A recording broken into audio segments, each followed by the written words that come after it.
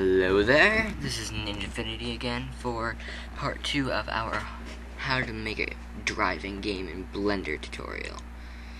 And so you should open up Blender, and this is our previous file. Actually, not quite, I changed it slightly. I just moved the car over a bit so I'll have more room to drive when we put in the movement, physics, and fun stuff like that.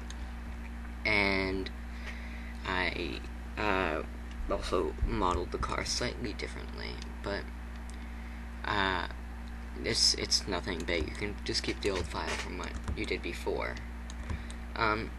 So today we are doing movement in physics and physics. So you'll probably start off like over here or something.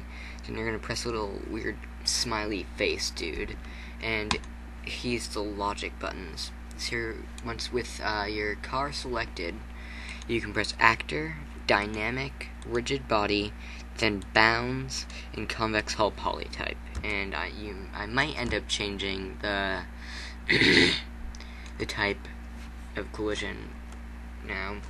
I need to move this up slightly because it's below. But I think I might show you what happens if you move it too low. Okay, so here you have your pretty full car, but if you just play, not going to do anything. It does fall slightly just because it's moves like a bit. So yay, car, not all that interesting, right? But we need to make it do something.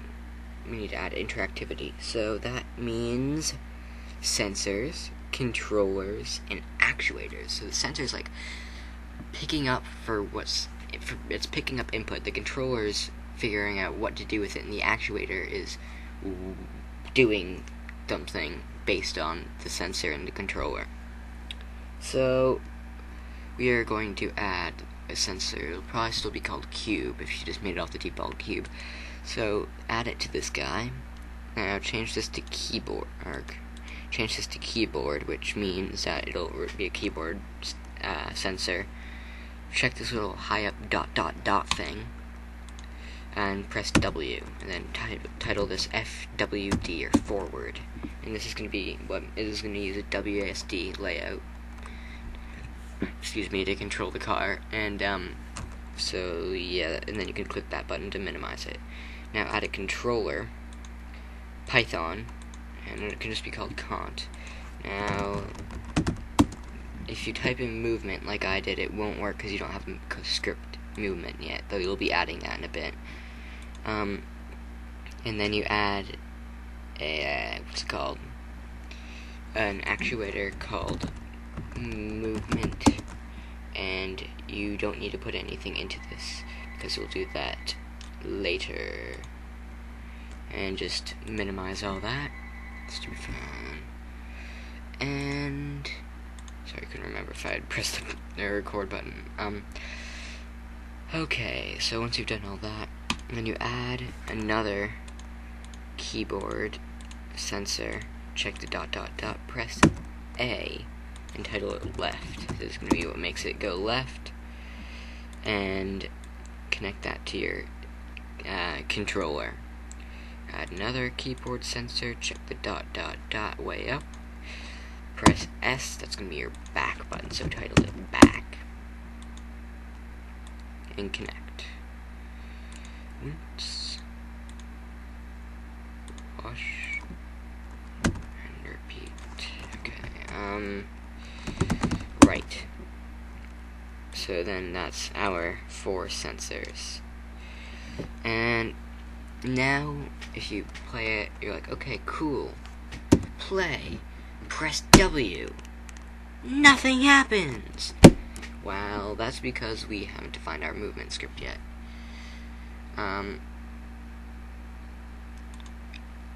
Okay. Or have I? That would be slightly suspicious if that did that. Oh, well, it works for me, but that's because I have the movement script. For you, nothing should happen, and if you did, that's bad. Okay, so now we do this thing, which is our script.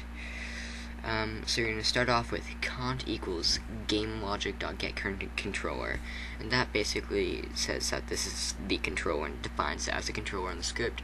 Now we're going to define our sensors, and then we have forward, left, right, and back, just like before. So then that's making a sensor in the script and getting the sensor from the Python this guy thing. I'm not sure what to call it. Now we're making our actuators, and then move the actuator, which is going to be what's actually moving our car, is getting it from the movement actuator. So this is sort of a blank actuator for move to use. So then define speed variables. Basically turn, which is how fast you'll be turning, like how fast you'll be rotating as you turn. And the speed I set to 0.5. You might have to play around with this depending on the size of your car and the size of the settings, etc. And LR, which stands for the left, right, like how much is it going to rotate. That value starts off as 0, that's just a default value. Then you're going to do capital FB equals 0, and that's the forward back. That's the engine stuff.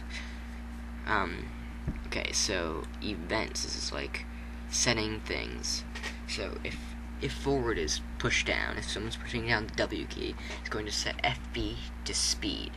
And what that is doing is it's adding 0.5 to its the forward value. And then back is positive, it's taking 0.5 away from the forward back value, thus making it go backwards. And if left is positive, LR equals turn, which is making it turn to the left, and then if right dot is positive, LR equals negative turn, which is just making it turn to the right. Opposite direction makes sense. And if you set it up in the same direction that I told you to do in the first tutorial, then this should run fairly well. And move.set delocation 0 FB 00 true. Move.set derotation or derot parenthesis 0.0 0.0 LR, which is making it to the rotation of left right, either 0.5 or negative 0.5, equals false. So game logic dot add active actuator move true, which is just adding it and making it run. And if you have this, you should be able to press P over this thing and move around. And I just fell off. And if you find yourself falling off, you can, now that we have that, also call it movement, and then go back to your